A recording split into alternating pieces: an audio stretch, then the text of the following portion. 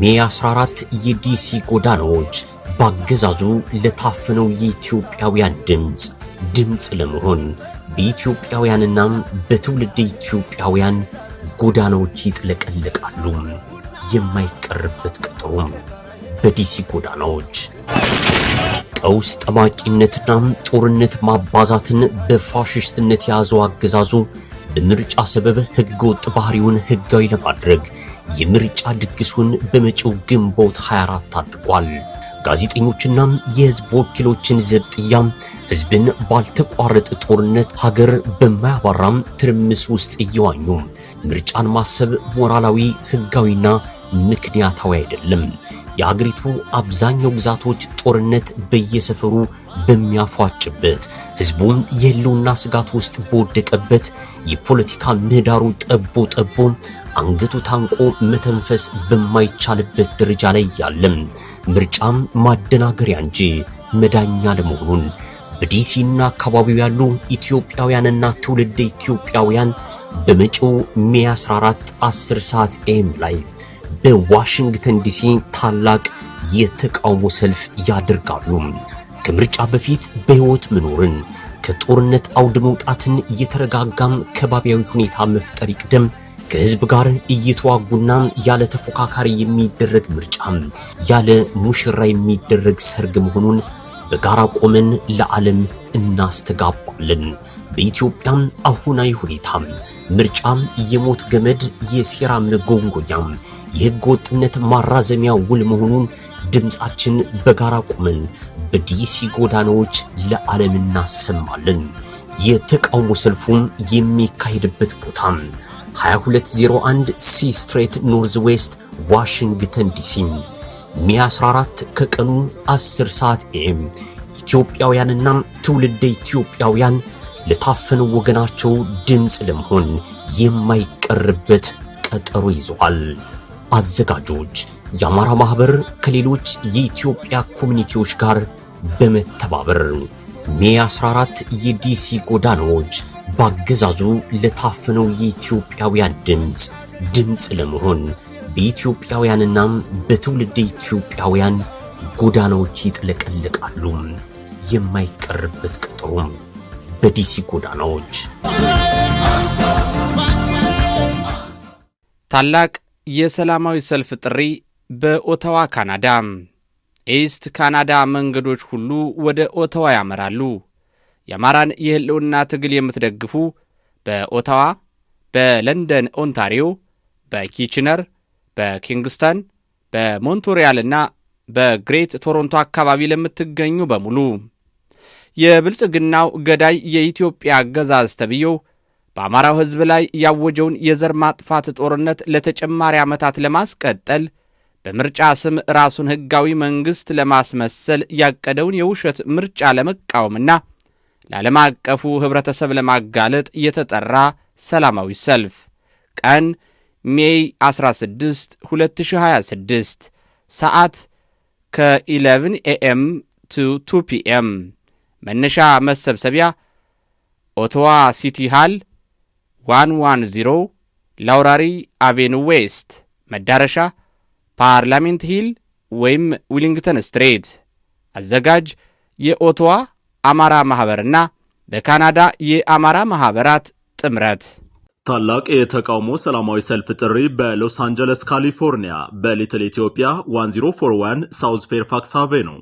የአውሮፓ ህብረት የአሜሪካና የእንግሊዝ መንግስታት መላውን ሀገር አደገኛና የጉዞ ክልከላ ባደረገባቸው ሰላም ያጡ ቀጠናዎች የተሞላ አድርገው መግለጫዎች ባወጡበት የአማራ ክልል 10 ግዙፍ የአገዛዙ እዞች ሰፍረውበት በአስቸኳይ ጊዜ አዋጅ በወታደራዊ ኮማንድ ፖስት በሚመራበት አገዛዙ ህዝቡን ማስተዳደር ተስኖት ሁለንተናዊ የኢኮኖሚ ድቀት በሰፈነበት ብዙ የሀገሩ ክፍል ከአገዛዙ አስተዳደር ውጪ በሆነበት በዚህ የመከራ የእልቂት የፍጅት የእርስ በርስ ጦርነት ወቅት የተለመደው ምርጫ የሚል ፌዝ በመድገም በህዝቡ ላይ ወንጀለኛውና ግፈኛውን ስርዓት አዲስ እድሜ ለመስጠት የሚደረገውን የፖለቲካ ለግጥ በመቃወምና ለዓለም አቀፉ ህብረተሰብ ለማጋለጥ የተጠራ ሰላማዊ ሰልፍ ነው።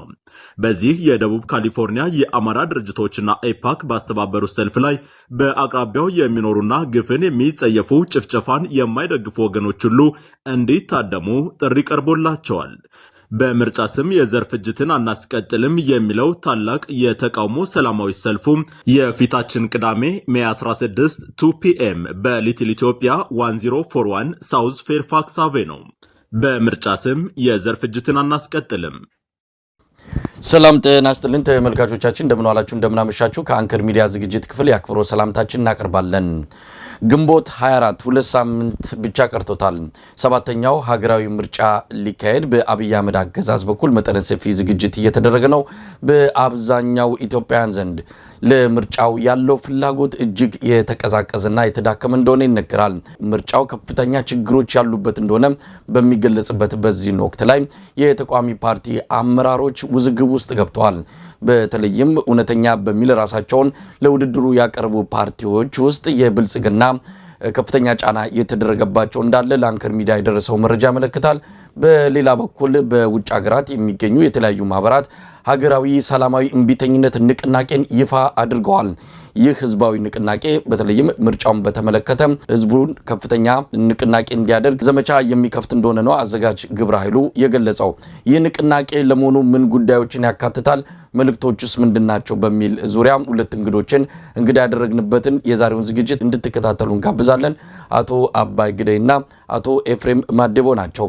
በዚሁ ሰላማዊ ህዝባዊ እምቢተኝነት ንቅናቄ ዙሪያ መልእክታቸውን የሚያስተላልፉት። አብራችሁ እንድትሆኑ በድጋሚ ግብዣችን ነው። መልካም ጊዜ።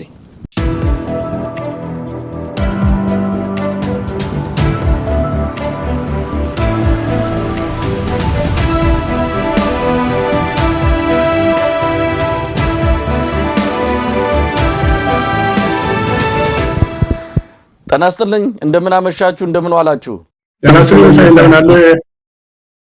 በጣም አመሰግናለሁ። እንግዲህ በሰላማዊ ህዝባዊ እምቢተኝነት ንቅናቄ ዙሪያ ዛሬ አንድ መድረክ ይኖረናል።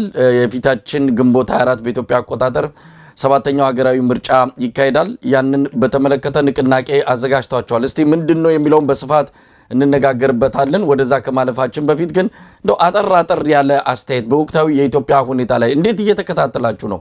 ሀገሪቱ ዘርፈ ብዙ ችግር ውስጥ ገብታለች። ማህበራዊ፣ ፖለቲካዊ፣ ኢኮኖሚያዊ ቀውሶቹ የተባባሱ መምጣታቸውን ነው የምንረዳውና እንደው አቶ አባይ ከእርሶ ልጀምርና ሀገሪቱ ምን ላይ ነው ያለችው? ምን ላይ ነን ያለ ነው በአጠቃላይ? አመሰግናለሁ መሳይ። አንከር ሚዲያ ቅድም በጥቅሉ እንደጠቀስከው ያው ሀገሪቱ አሁን ምናልባትም እኛ እዚህ ውጭ ያለን ብቻ ሳይሆን ከሀገር ቤትም የምናየው ነገር አጠቃላይ ቀውስ ነው። ይሄ አጠቃላይ ቀውስ ሀገር እስከ ማፍረስ ድረስ የሚደርስ ችግር አለ ብለን ነው የምናምነው። ለምን? በፖለቲካው እንደምታየው ነው። ምናልባትም ምርጫው በኋላ እንመለስበታለን ስፔሲፊክሊ። ግን የኢትዮጵያ ፖለቲካ የአንድ ቡድን የአንድ አገዛዝ ኃይል ንጉሳዊ አትለው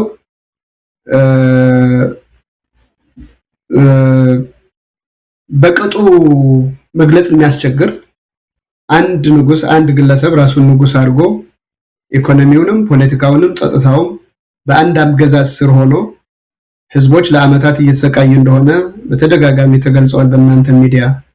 ሀገሪቱ አሁን ያለችበት ሁኔታ በጦርነት ላይ ነች ከጫፍ እስከ ጫፍ።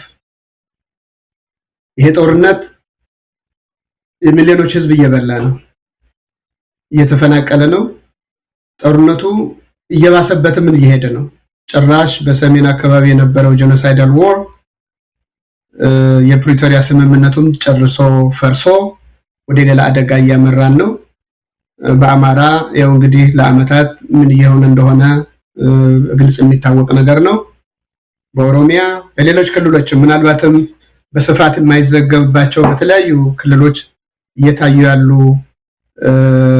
የህዝብ እንቢተኝነትም ጦርነትም የህዝቡ ስቃይም እንግዲህ በፖለቲካ በኢኮኖሚ በማህበራዊ ጉዳይ ምስቅልቅሉ ወጥቷል አገሩ። ይሄ የኛ ትዝብት ብቻ አይደለም። ይሄው ዓለም አቀፍ ሚዲያም እናንተም ለአመታት ተብሏል። የኑሮ ውድነቱ የነዳጅ እጥረቱ አይደለም፣ እሱ ዓለም አቀፍ ችግርም ነው። አሁን የህልውና አደጋ አለ። ይሄ ህዝብ ከጫፍ እስከ ጫፍ እየሞተ ነው፣ እየተሰደደ ነው፣ እየተሰቃየ ነው። ይሄንን ስቃይ ለማሳጠር የሚሞክሩ የተለያዩ ትግሎች ይደረጋሉ መሬት ላይ። ይሄው በሚሊዮኖች እንቢተኝነታቸው በመሳሪያም በሰላማዊ መንገድም እየታገሉ ነው። ሀገሪቷ ምን ላይ ነች ብትለኝ በአጠቃላይ ምሰሶቿ ሁሉ ተሰብረው በአንድ ግለሰብ ስር ሲፈልግ ሙዚቀኞችን ድምጻቸው እንዳይሰማ ዘፈን እንኳን እንዳይሰማ የሚደረግበት በአጠቃላይ በአንዲት ካፒታል ሲቲ የውጭ ሀገሮች የሚጎበኙዋትን የኮሪደር ልማት ብቻ የተንጠለጠለ ይሄ ትልቅ ሀገር የ130 የ120 ሚሊዮን ሀገር ባለፉት ስርዓታት ጎደለብን ያልነውን ልንሞላ ያሰብነውን አሁን ጭራሽ የነበረውንም ተሟጦ የባሰ ሁኔታ አጋጥሞ አይ ቲንክ በታሪካችን በኢትዮጵያ ታሪክ እንደዚህ አይነት እልቂት ለረጅም ዓመታት በዚህ ደረጃ ህዝባችን የተሰቃየበት መድረክ ይሄ መጀመሪያ ነው የሆነው። አሁን በጣም የሚያንገበግብ ነው፣ ለመግለጽም የሚያስቸግር ነው። ምን ጀመረህ ምን ላይ እንደምታቆምም ያስቸግራል ሳይ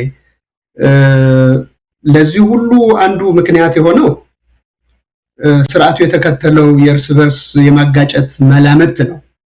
የምታውቀው እስካሁን ድረስ በስርዓቱ ጥንካሬ ሳይሆን በተለያየ ቦታ የምንታገል ኃይሎች የነበረንን የትግል ስትራቴጂ የተበታተነ መሆን ነው። ስለዚህ በየተራ ታውቃለህ የትግራይን ጦርነት የትግራይን ጄኖሳይድ እስካሁን ድረስ በሰላማዊ መንገድም ሊፈታ አልቻለም። ያንን ተከትሎ እሱን ለማሳካት የተለያየ ኃይሎች ይዞ ዘመተ። እንደገና ደግሞ በየተራ እንደገና አሁን እንደምታየው ህዝቡ እየሞተ እየተሰደደ እየተሰቃየ ነው ያለው። በምን መልክ እንደሚገለጽና ኢትዮጵያ ስቃይ ላይ ነች መፍረስ ላይ ነች ለማለት ምን አይነት ቋንቋ እንደምንጠቀም ይጨንቀኛል አንዳንድ ጊዜ።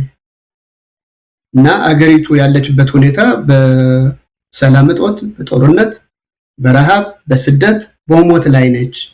ይሄ የዓለም ህብረተሰብም ተገንዝቦታል። ጭራሽ እኛ ሀገር የተጠነሰሰው ነገር ሪጂናል መልክም እየያዘ ይሄ ወደ ሱዳን አካባቢም እየዞረ በሰው ሀገር ጣልቃ የሆነ ዛሬ ነው ከትላንትና ወዲያ የአረብ ሊግ አስቸኳይ ስብሰባ የጠራበት አንዱ ምክንያት የሀገሩን ችግር ብቻ ሳይሆን ችግሩንም ወደ አካባቢው ለማዝመት የሱዳን አንዱን ኃይል በመርዳት ሱዳንን በድሮን እንደበደበ ተብሎ አሁን ተከሶ የአረብ ሊግ አስቸኳይ ስብሰባ በማድረግ ላይ ነው ያለው።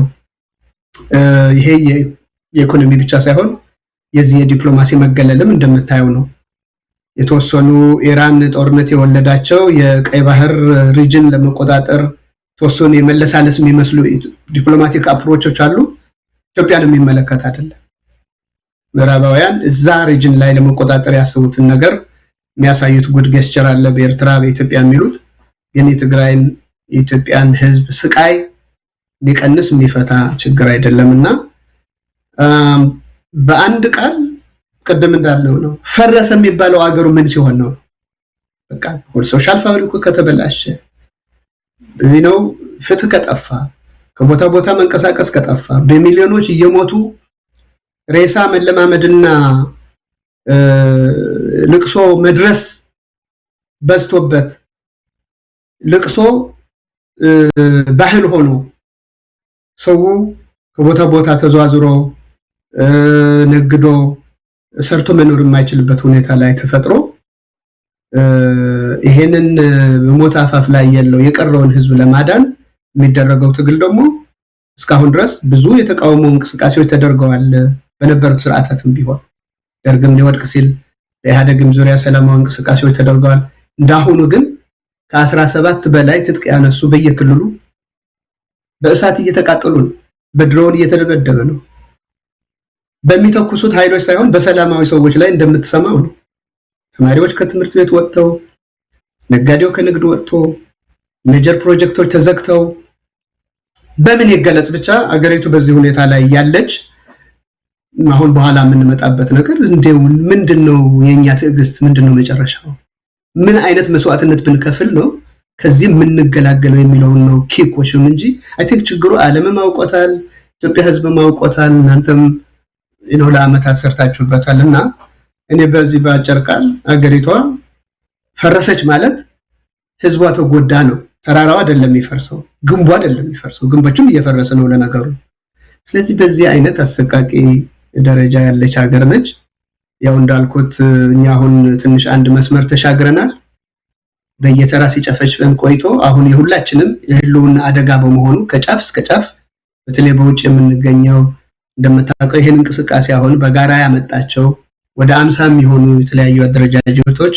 በ9 ጥምረት አብረን ቁጭ ብለን አሁን በቃን የምንልበት ጊዜ ደርሷል ዘር ምን እንዳሰብን ለወደፊቱ በኋላ እንነጋገርበታለን አመሰግናለሁ አቶ አባይ እንግዲህ አቶ ኤፍሬም ወደ አንተ እንምጣና አንተም እንዴት ነው የኢትዮጵያን ወቅታዊ ሁኔታ የምትከታተሉ ሁለት ክስተቶችን ብቻ ላንሳ ምናልባት ኢትዮጵያ ያለችበት ሁኔታ በደንብ ካሳየ በቤኒሻንጉል ጉሙዝ ክልል የሰማነው ከ30 በላይ ሰላማዊ ሰዎች የተገደሉበት ክስተት እጅግ የሚያሳዝን ነው በጣም ደንግጠናል በሆነ ሁኔታ ሌላው በአዳማ ዙሪያ ያለው አጠቃላይ ሁኔታ ነው ተሽከርካሪዎች እየተቃጠሉ ነው ሹፌሮች እየተገደሉ ነው ከአዳማ በ10 ኪሎ ሜትር ራዲየስ ውስጥ ከፍተኛ የሆነ ሰላማዊ ሰዎች እገታና እልቂት እንዳለ እየሰማን ነው እንግዲህ ይሄ የተለመዱ በየጊዜው የሚካሄዱ ክስተቶች ናቸው ይሄንን ቆጥረን ምን ጨርሰው አይደለም በአጠቃላይ ግን በአብይ አህመድ አገዛዝ በኩል ምንም ነገር እንዳልተፈጠረ ሀገሪቱ በሰላማዊ እድገት ጎዳና ላይ እንዳለች ደግሞ የሚገለጽበት ሌላው የሀገሪቱ ገጽታ አለ እስቲ ኢትዮጵያን ምን ላይ ነው ያለችው አቶ ኤፍሬም ኦኬ አመሰግናለሁ መሳይ አሁን የጠቀስካቸው ሁለት ክስተቶች በትልቁ የኢትዮጵያ ችግሮች ውስጥ የተከሰቱ ሁለት የተናጠል ክስተቶች ናቸው ግን የኢትዮጵያን ችግር በትክክል ለመመልከት ከዚያ ፈቀቅ ማለት ያስፈልጋል አቶ አባይም ሄደውበታል ሪሊ ኢኮኖሚያችንን መመልከት አለብን ፖለቲካችንን መመልከት አለብን ማህበራዊ ኑሯችንን መመልከት አለብን በዲፕሎማሲ ደረጃ ያለንበትን ቦታ ማየት አለብን ሪሊ የኢትዮጵያን ኢኮኖሚ ስንመለከት ሪሊ የኢትዮጵያ ኢኮኖሚ ትልቅ ቀውስ ላይ ነው ያለው የኑሮ ውድነቱ እርግጠኛ ነኝ ሁላችንም ኢትዮጵያ ውስጥ ቤተሰብ ስላለን የኑሮ ውድነቱ ሰዎችን አላኖር የሚል ደረጃ ላይ ደርሷል ነዳጅ በርግጥ የዓለም አቀፍ ችግር ቢሆንም ኢትዮጵያ ውስጥ ደግሞ የባሰ ሆኖ ተከስቷል ነዳጅ ተወደደ ወይም ነዳጅ ጠፋ ማለት በአንድ ሀገር ኢኮኖሚ ውስጥ የሁሉም ኦሬዲ ሰማይ የወጣ ፕራይስ እንደገና ወደ ሰማይ ይሰቀላል ማለት ነው ነዳጅ ሲጠፋና ሲወደድ ያንንም ችግር እናያለን ሌላው ኦፍ ኮርስ የሁላችንም የምናየው የውጭ ምንዛሪ ወይም ደግሞ የኢትዮጵያ ብር የዘቀጠበትና የወደቀበት ሁኔታ ነው የኢትዮጵያ ብር እኔ ትዝ ይለኛል በ2018 ዓ.ም ከ28 ዓመት በኋላ ወደ ኢትዮጵያ ስገባ ከኢትዮጵያ ስወጣ $1 $2.07 ብር ነበር ተመልሼ ከ7 ዓመት በኋላ ስገባ $1 27 ብር ነበር ዛሬ $1 154 ብር አካባቢ ነው ወደ ኦልሞስት ወደ 550% አካባቢ ነው የጨመረው ምን ማለት ነው ይሄ ነው ብራችን ወደቀ ማለት እኮ ከውጭ ሀገር የምንገዛቸው ዕቃዎች ዋጋ ወደ ሰማይ ተሰቀለ ማለት ነው እኛ ወደ ውጭ ሀገር የምንልከው ዕቃ ዋጋ ደግሞ ወደ ታች ወረደ ማለት ነው ስንልክ የምንልከው ዕቃ ርካሽ ይሆናል በጣም የምንገዛው ዕቃ ደግሞ ከውጭ በጣም ውድ ይሆናል ነው አንድ ነገር እዚህ ጋር ማስተዋል ያለብን መሳይ ይሄ የብር ገንዘብን ዲቫልዩና ወደ ከፍና ዝቅ ማድረግ የውጭ ምንዛሪ ፖሊሲ ነው ሀገሮች የሚጠቀሙበት የውጭ ምንዛሪ ኢኮኖሚክ ፖሊሲ አካል ነው ግን ማን ነው ይሄንን ማድረግ ያለበት ኢትዮጵያ ናት ወይ ይሄን ማድረግ ያለበት ጀርመንና ጃፓን ቢያደርጉት ጀርመንና ጃፓን ተከፍተኛ ኤክስፖርት የሚያደርጉ ሀገሮች ስለሆኑ የሀገራቸውን የኤክስፖርት ሴክተር ሰፋ ለማድረግና የሪሊ በአጠቃላይ ኢኮኖሚያቸውን ከፍ ለማድረግ ሲፈልጉ የምንዛሪያቸውን ዝቅ ካደረጉት የውጭ ሀገር የጃፓንና የጀርመን ዕቃ የሚፈልገው ኢንተርናሽናል ካስተመር በብዛት ከጃፓንና ከጀርመን ዕቃ መግዛት ይጀምራል ዕቃ መግዛት በጀመረ ቁጥር የነሱ ኤክስፖርት ሴክተር እየሰፋ ኢኮኖሚያቸው እያደገ ይሄዳል። እነዚህ ሀገሮች ኤክስፖርት ኦሪየንትድ ሀገሮች ናቸው።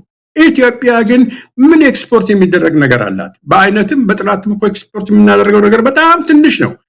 ደግሞ በባህሪዋ ኢትዮጵያ ኢምፖርት ኦሪየንትድ ሀገር ናት። እዚህ እንግዲህ በኢምፖርት ኦሪየንትድ በሆነች ሀገር ውስጥ ኤክስፖርት እናሳድጋለን ብሎ የውጭ ምንዛሪ መቀነስ ምን ያክል እንዳከሰረን፣ ምን ያክል እንዳጠፋ፣ ምን ያክል ኢትዮጵያ ውስጥ የኑሮ ውድነቱን ከፍ እንዳደረገ ያየነው ነው። ጦርነቱን ብንመለከት ደግሞ እንደገና የምርትና በኢኮኖሚ ላይ ያደረሰውን ጉዳት ስንመለከት አንደኛ ሪሊ ኦሮሚያ፣ ትግራይና አማራን ብንመለከት እነዚህ ሶስት ክልሎች በኢትዮጵያ ውስጥ ኦልሞስት 53% የኢትዮጵያ ሕዝብ የሚኖርባቸው ክልሎች ናቸው። ከቆዳ ስፋትም ኦልሞስት 51% የኢትዮጵያን የቆዳ ስፋት የሚያጠቃልሉ ክልሎች ናቸው። በእነዚህ ክልሎች ውስጥ ምርት አይመረትም። ትንሽ ቢሆን የተመረተ ምርት ካለ አይከፋፈልም። ይሄ ከፍተኛ ኢኮኖሚ ችግር ነው። የፖለቲካውን ዘርፍ ስንመለከት ደግሞ በጣም እየከፋ ነው።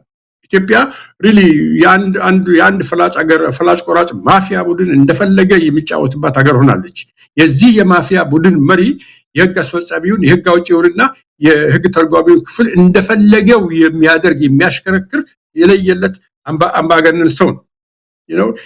በአሁኑ ጊዜ ኢትዮጵያ ውስጥ ዜጎች ሀሳባቸውን በነፃ የመግለጽ መብታቸው ብቻ ሳይሆን የመስማት መብታቸው ተነፍቋል። መሳይ በአንተ ሚዲያ ከሰሞኑ ባለፉት 10 ቀናት በብዛት የዘገብከው ነገር ነው። የቴዲ አፍሮን አዲሱን አልበም ብቻ ሳይሆን ጭራሽ የቴዲ አፍሮን ሙዚቃ የሰማ ሰው መታሰር ጀምሯል። የመንግስት ሚዲያዎች፣ የግል ሚዲያዎች፣ የመዝናኛ ቦታዎች፣ የምሽት ክለቦች የቴዎድሮስን ሙዚቃ ማንኛውንም እንዳይከፍቱ ተከልክለዋል። ይሄ እንግዲህ ኢማጂን ሰዎች መስማት የሚፈልጉ መናገር ብቻ ሳይሆን መስማትም እንዳይችሉ አድርጓቸዋል። የፖለቲካ ፓርቲ መሪዎች፣ የፓርላማ አባላት፣ የሲቪክ አባላት መሪዎችና ጋዜጠኞች ታስሮ እየማቀቁ ነው። ይሄ ከፍተኛ ችግር ነው። ማህበራዊ ኑሯችንን ስንመለከት ኢትዮጵያ ውስጥ ዘመን ያስቆጠረ የአብሮ መኖር እሴቶች እየተሸረሸሩ ነው።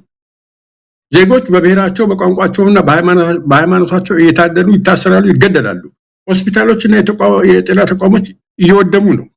ትምህርት ቤቶች በጦርነቱ የተነሳ ወይ ወድመዋል ወይ ተዘግተዋል። በዚህ የተነሳ ኢትዮጵያ ውስጥ ዛሬ ከ8 ሚሊዮን በላይ ተማሪዎች ወደ ትምህርት ቤት አይሄዱም እና ስደት፣ ረሃብ፣ መፈናቀል የኢትዮጵያ ከፍተኛ ችግሮች ሆነዋል። በተለይ መፈናቀል ስንመለከት ኢትዮጵያ በሀገር ውስጥ መፈናቀል እስከ 5 ሚሊዮን ህዝብ የተፈናቀለባት ሀገር ነው። ጦርነቱን አቶ አባይ በደንብ አድርገው አስቀምጠውታል። አማራ፣ ትግራይና ኦሮሚያ ውስጥ ጦርነቱ ዜጎችን ይገድላል፣ ያፈናቅላል፣ መሰረተ ልማት ያወድማል። ኢትዮጵያ ውስጥ የሚካሄደው ጦርነት ሁላችንም እንደምናውቀው በወንድማማቾች መካከል ስለሆነ በሁለቱም በኩል የሚሞቱ ኢትዮጵያዊ ነው። በሁለቱም በኩል የሚወድመው ንብረት፣ ድልድይ፣ ኢንፍራስትራክቸር የኢትዮጵያ ኢንፍራስትራክቸር ነው። የኢትዮጵያ መንግስት የራሱን ዜጎች ለመግደል ከፍተኛ ከራሱ ዜጎች የሰበሰበውን ግብር ለጦርነት ያባክናል።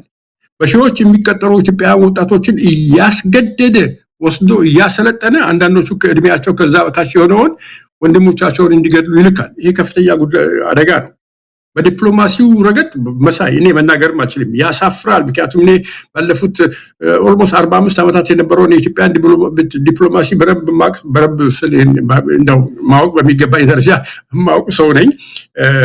ኢትዮጵያ በአሁኑ ጊዜ በሚያሳዝን መልኩ የዩናይትድ አረብ ኤሚሬትስ አሽከር ሆናለች። ይሄ በጣም ሊያሳፍረን ይገባል።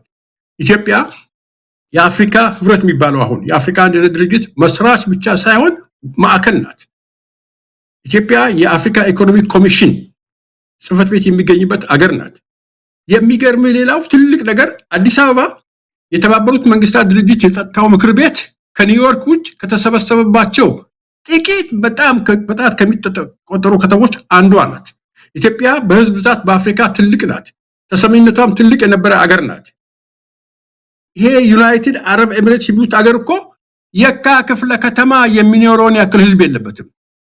በእርግጥ ዩናይትድ አረብ ኤሚሬትስ ውስጥ 11 ሚሊዮን አካባቢ ህዝብ እንደሚኖር ይነገራል። ከዚህ ውስጥ ግን 88% አካባቢው የውጭ ሀገር ዜጋ ያለው ህዝብ ነው። ዜግነቱ ዩኤኢ የሆነው ህዝብ ከ1.5 ሚሊዮን በታች ነው። የካን ክፍለ ከተማ ህዝብ ያነሰ ህዝብ የሚኖርበት አገር ኢትዮጵያን እያሽከረከረ ነው። ይሄ ሊያሳፍረን ይገባል።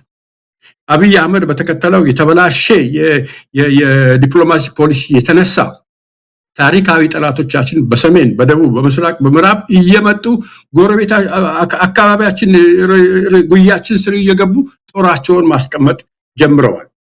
ግብጽ በምስራቅ በዚህ በአፍሪካ ቀንድ ላይ ሶማሊያ፣ ኤርትራ፣ ሱዳን፣ ጅቡቲ አካባቢ ላይ ተጽዕኖዋ በከፍተኛ ደረጃ እየጨመረ ሄዷል። ነው በአንድ ወቅት በአፍሪካ በዲፕሎማሲ ወርልድ በጣም ትደመጥ የነበረችው ኢትዮጵያ አሁን መልሶ የሚያያት ሀገር የለም። አብይ አህመድ ያልለከፈው ወይም ያልተላከፈው የጎረቤት ሀገር የለም። በዲፕሎማሲ ይሄን ያክል ወርቅናል።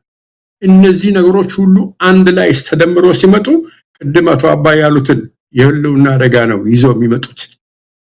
ሪሊ አንድ ሀገር በኢኮኖሚው ከተበላሸ፣ በፖለቲካው ከተበላሸ፣ በማህበራዊ ኑሮቱ ከተበላሸ፣ እንደገና የጦርነት አውድማ ከሆነ፣ በዲፕሎማሲው እንደዚሁ እሱን የሚመለከት ሀገር ከጠፋ ይሄ የሚያሳየን ኢትዮጵያ እየተነቃነቀች እነዚህ ዋልታ ኢትዮጵያ የተሸከሙ ዋልታዎች ናቸው። እነዚህ ዋልታዎች እየተነቃነቁ ሲመጡ እየተሰበሩ በሄዱ ቁጥር ኢትዮጵያ ትወርቃለች ማለት ነውና ኢትዮጵያ ያለችው የህልውና አደጋ ላይ ነው።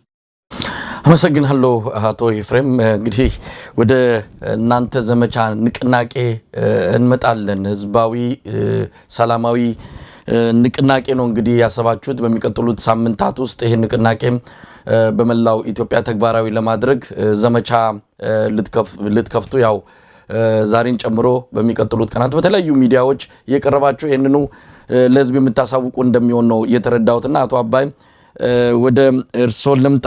እንግዲህ በዋናነት ጦርነት ይቆም፣ ሰላም ይስፈን፣ የግፍ አገዛዝ ያብቃ፣ ሽግግር ይኑር የሚል ትልቅ መልእክት የያዘ ንቅናቄ ነው የምታካሂዱትና እስቲ አጠቃላይ ምን ልታደርጉ ነው ያሰባችሁት? በዝርዝር በእያንዳንዱ እንመጣለን። አቶ ኤፍሬምም አቶ አባይም ኢትዮጵያ ውስጥ ያሉትን ችግሮች በዝርዝር እንመጣለን። ለምንድን ነው ንቅናቄ ያስፈልገው?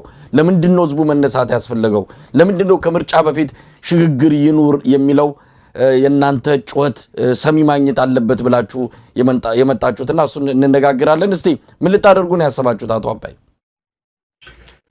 አመሰግናለሁ። አሁንም መሳይ በምን ታደርጋላችሁ ለሚለው ቅድም አቶ ኤፍሬም በዝርዝር የጠቀሱትን ችግር ሀገሪቱን ህልውና አደጋ ሆኗል። ይህንን የህልውና አደጋ ለመቀልበስ ብቸኛው ነገር ትግል ነው። ይሄ ትግልም በጦርነት በሜዳ ላይ በመሬት ላይ ጦርነቱ አለ ኦሬዲ። እኛ ደግሞ በውጭ ሀገር የምንኖር የዳ ኢትዮጵያውያን ቅድም እንደጠቀስኩት በተለያየ መንገድ አገር ቤት ሲፈጸም የነበረውን ግፍ በየፊናችን በሃይማኖት፣ በብሔር፣ በአካባቢ ትናንሽ ጥምረቶች ለየብቻችን ተጽዕኖ ፈጣሪ ለምንላቸው አገሮች ስንሄድ አንዱ የሚያቀርቡልን ጥያቄ ለየብቻችሁ ለምን ትመጣላችሁ? አንደኛ ይሄኛውን ትሬንድ ሰብረን አሁን በውጭ የነበረው የተለያየ የትግል ዘርፍ ወደ አንድ የጋራ ተባብረን አገር ቤት ላለው ችግር ድጋፍ የምንሰጥበት ደረጃ ላይ ደርሰናል። ይሄ ረጅም ጊዜ ወስዷል፣ እውነት ነው። አሁን ግን ወደ ስራ ለመግባት አንደኛውና የመጀመሪያው ይሄ አገዛዝ እንደገና ምርጫ ካሄዶ ሌላ የስቃይ ዘመናት ለመጨመር የቋመጠ ባለበት ጊዜ አንደኛ ለዓለምና ለኢትዮጵያ ሕዝብ ሁኔታውን አንደኛ እኛ ከጎኑ መኖራችን ለማረጋገጥ ነው። ትግሉ በአገር ቤት እንዳልኩ ነው። ወይ ጦርነት ሜዳ ላይ ወጥተ መተኮስ ነው፣ ወይ በከተማ ሆነ ሰላማዊ ትግል እንኳን ማድረግ የማይቻልበት ደረጃ ነው ያለው። ቅድም አቶ ኤፍሬም እንደገለጹት ነው። ሙዚቃ እንኳን ማዳመጥ የማይቻልበት፣ ፍርድ ቤትና የህግ ስርዓት ቀርቶ ፖሊስ እንደፈለገ የሚረሽንበት፣ በከተማ ውስጥ ነፃ እርምጃ የሚወሰድበት ደረጃ ላይ ተደርሷል። ይህንን ሁኔታ ለማስቆም አገዛዙንም ለማስገደድ ትግሉ መቀናጀት አለበት። ትግሉ ተቀናጅቶ ደግሞ መነሳት አለበት ነው። አሁን እያሰብን ያለነው ምንድነው? አንደኛ ያው በዲያስፖራ ያለው የህብረተሰብ ክፍል ሁሉ በአለም ዙሪያ ተጀምረዋል። በየአካባቢው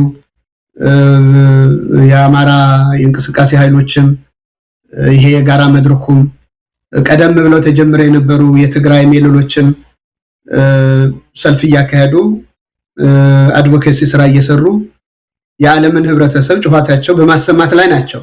ግን ከዚህ በደረጃ ላይ ትንሽ ላቅ ማለት አለበት። እውነት ነው አቶ ፍሬም እንዳሉት ቀደም አገሪቱ በዲፕሎማሲም በኢኮኖሚ እርዳታም በሁሉም ተገላለች። አንድ ሽፍቶች የሚቀልብ የሚመስል አንድ ሀገር ብቻ ላይ ነው ተንጠልጥላ ያለችው።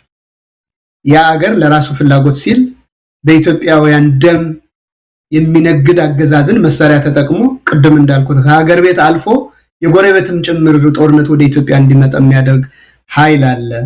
ስለዚህ ይሄንን እስካሁን ድረስ ባልተቀናጀ መልኩ ያልገፋ ነው ነገር አሁን በተቀናጀ መልኩ በአገር ቤት የሚደረገውንም ሰላማዊ እንቅስቃሴው እንዲጀመር ሰላማዊ እንቅስቃሴ ስንል ቅድም አቶ ፍሬ በዝርዝር የሄደበት ነጋዴው መነገድ ካልቻለ ወይ ቤቱን ዘግቶ መቀመጥ ነው ወይ መነሳት ነው። ሰራተኛው ደሞዝ ከሌለው የታመመ ሰው ሕክምና ካላገኘ እያየ አልጋው ላይ መሞት ነው ወይ መፍትሄ መፈለግ። ቅድም የዘረዘሯቸው አቶ ፍሬም በእያንዳንዱ በህፃንም በሽማግሌም በመንደርም በሃይማኖትም በሁሉም ቦታ ላይ ያንኳኳ አንድ የህልውና ችግር አለ። ወጥቶ መግባት የማይቻልበት፣ በልቶ ማደር የማይቻልበት፣ ነግዶ ማትረፍ የማይቻልበት ደረጃ ላይ ደርሰን ግን ነገሩ ከዛ በላይ ሄደዋል ነው። አሁን ያው በቅርቡ ያሰማችሁት ነገር አለ እኮ ነፃ እርምጃ ነው የሚወሰደው አሁን በፖሊስ የፍርድ ቤት የሚሄድ የፍትህ የምናምን ነገር ቀርቷል። ቀደም የተባሉት ሶስቱ የህግ አካላት በአስፈጻሚው በሚመስለው በዛኛው በአንዱ ግለሰብ በሚታዘዘው ካቢኔ ነው ስራው የሚሰራው። ብዙ ጊዜ አንድ ምሳሌ የምንጠቅሰው በእኔ አካባቢ በመጣሁበት የትግራይ ህብረተሰብ ችግር ነው። እዛ ያለው የማህበራዊ ጉዳይ አማካሪ ሚኒስቴር ይህንን ህዝብ ከመሬት ገጽ እናጠፋለን የሚል ቅስቀሳ የሚቀሰቅስና አመራር የሚሰጥ ሰው የዓለም ህብረተሰብ፣ የዓለም ሚዲያ፣ የዓለም ኢንስቲትዩሽንስ ይሄን ነገር አጋልጠው ኢትዮጵያን ለማዕቀብ ያደረሰ ሚኒስተር እስካሁን ቁጭ ብሎ ነው የሚያማክረው። so this group of evils ምንድነው? በጣም እንደዚህ አይነት ጨካኝ ሰዎች እስከመቼ ድረስ አገር እያፈረሱ ሚሊዮኖች እየገደሉ እያሰቃዩ ነው?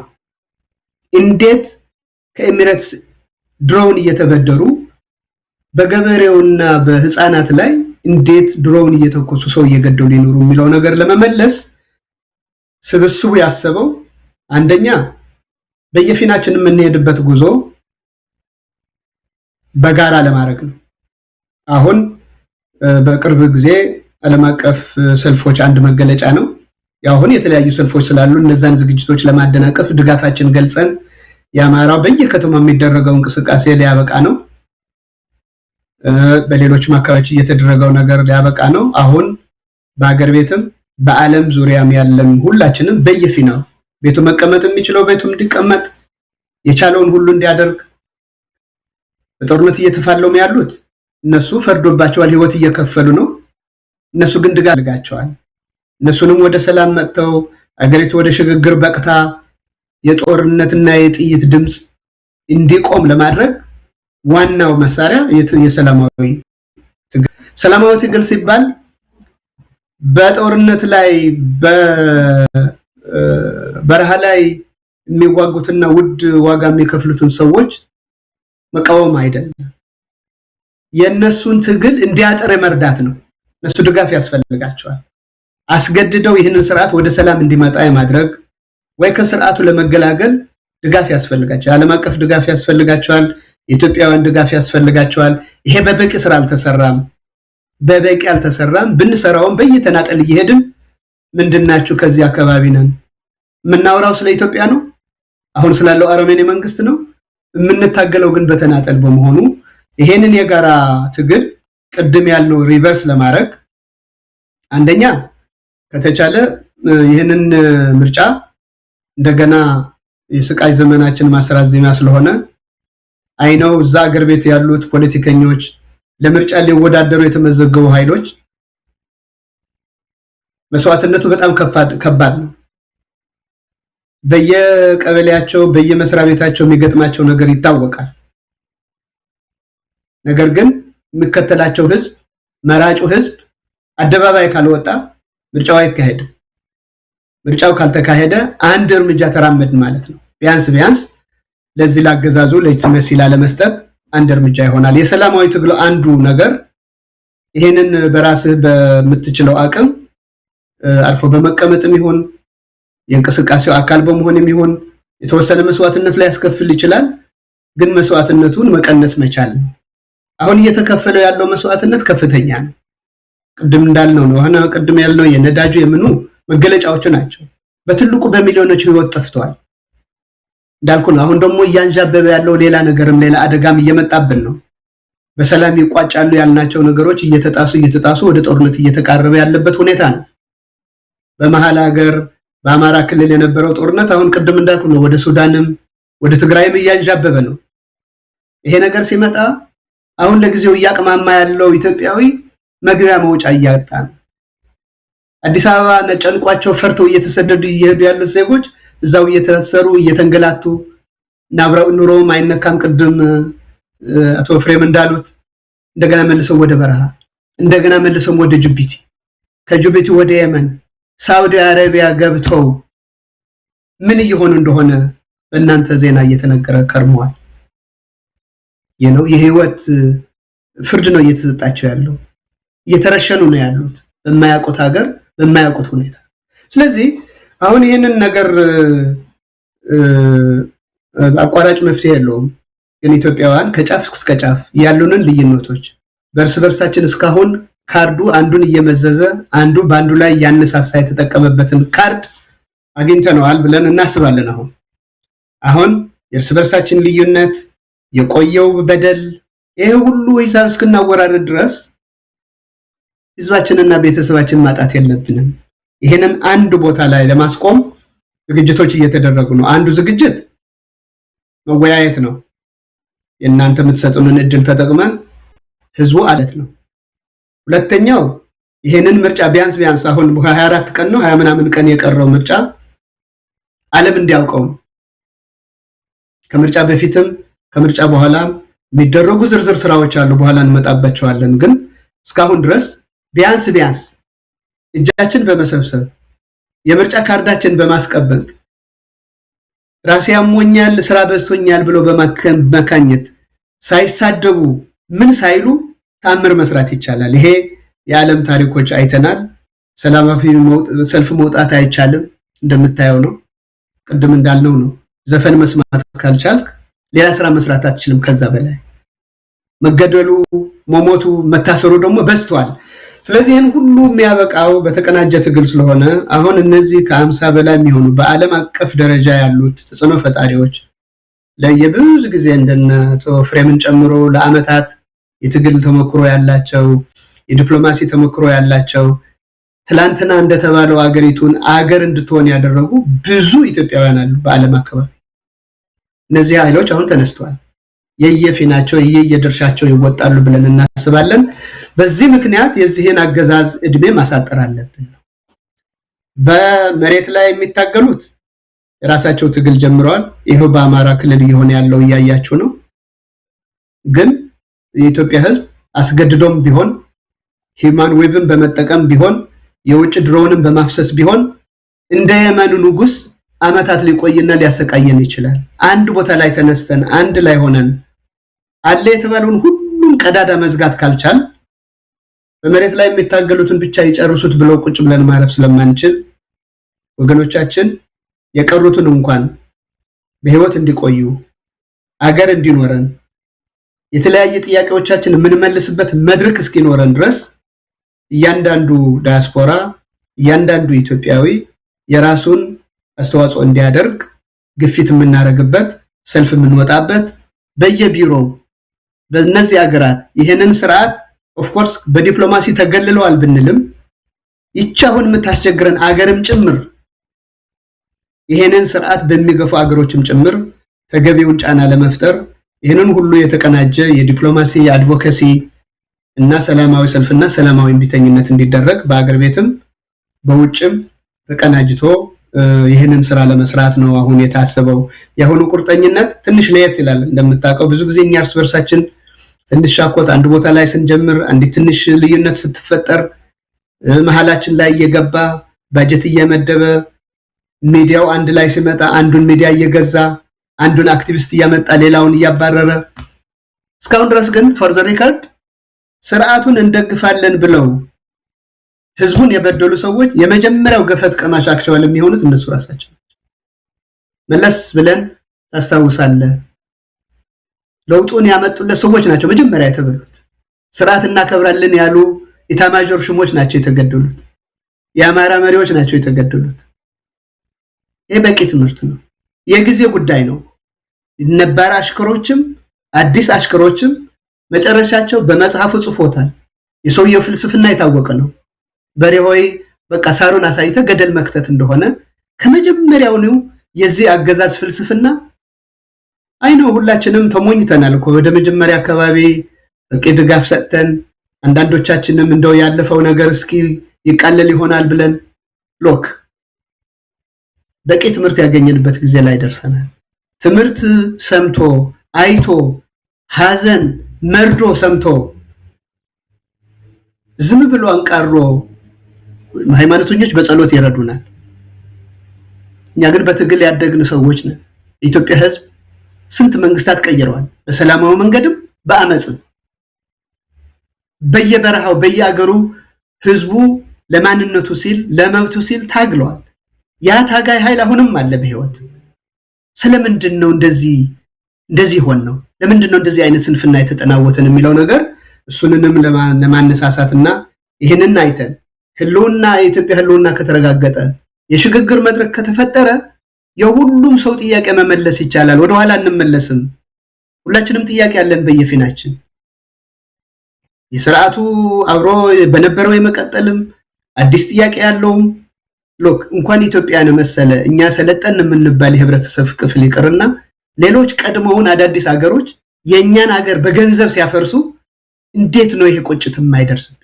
እንዴት ነው ለትግል ማንነሳው ይሄንን መልእክት ለማስተላለፍ ነው ግን በተግባርም እነዚህ አደረጃጀቶች አሁን ለጊዜው በዲሲና በለንደን ያሰብነው ካሁን በፊትም ተነጋግረን ነበር ባንተ ሚዲያ እሱን ለጊዜው ላልተወሰነ ጊዜ ያስተላለፍንበት እግረ መንገዴ የአማራ ኃይሎች በየቦታው በየከተማው በጣም ጥሩ ዝግጅት አድርገው ስለነበረና የኛ የ30ው እንደገና እነሱ በቂ ዝግጅት አድርገው ሰላማዊ ሰልፍ የሚወጣው ሰው ፈቃድ ወስዶ ቲሸርት ተሰርቶ የቦታ ፈቃድ ተገኝቶ እነሱን ወደ ሌላ ጊዜ ለመቀየር ችግር እንዳይፈጠር ብለን ያንን ሰልፍ በመደገፍ ብቻ እሱን እንዲሳካ አድርገን እንደገና ሌሎችን ጨምረን ሌላ ያማራውን ብቻ አማራ ብቻ አይደለም የደማ ያለው እውነት ነው አሁን ያለው ከፍተኛው መስዋዕትነት እየተከፈለ ያለው በአማራ ህዝብ ላይ ኦፍኮርስ በሌሎችም የለም ማለት አይደለም በሌሎች ክልሎችም ቅድም ያመጣው ዜናም አለ በኦሮሚያም አለ በጋምቤላም አለ በሳውዝም አለ በትግራይም አለ ፈርዛት ማለት ገና ከዚህ የባሰ ነገር እንዳይፈጠር እየታገልን ነው የሰላሙ ጉዞ ግን ተቋርጧል so we don't know what will happen tomorrow as we speak ስለዚህ እዚህ በሱዳንም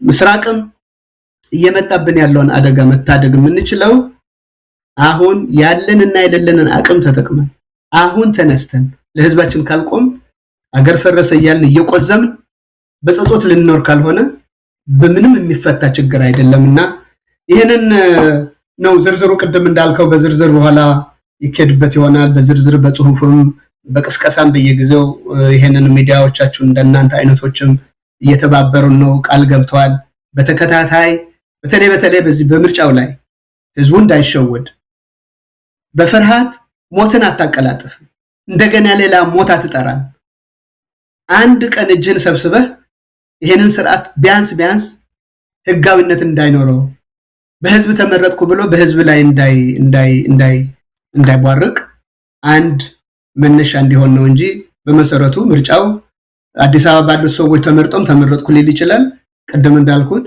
የየመን ንጉስ ለአመታት በራሻ እየተደገፈ በአገር እየፈረሰች ስንት መከራውን ከበላ በኋላ ባለፈው ጊዜ ተቃዋሚዎች ወደ አንድ ሲመጡ ነው አንድ የታየ ለውጥ የመጣው ስለዚህ እኛም ለአመታት የተለያየነውን ይበቃናል አሁን የጋራ ችግራችንን ለመፍታት አብረን እንውጣ አብረን እንሰለፍ አብረን አድቮኬሲ እናርግ ህግ አውጪዎችን የያገሩ አውሮፓም አፍሪካም ያሉትን ቅድም የተጠቀሱት ኢንስቲትዩሽኖች የሞቱ ናቸው።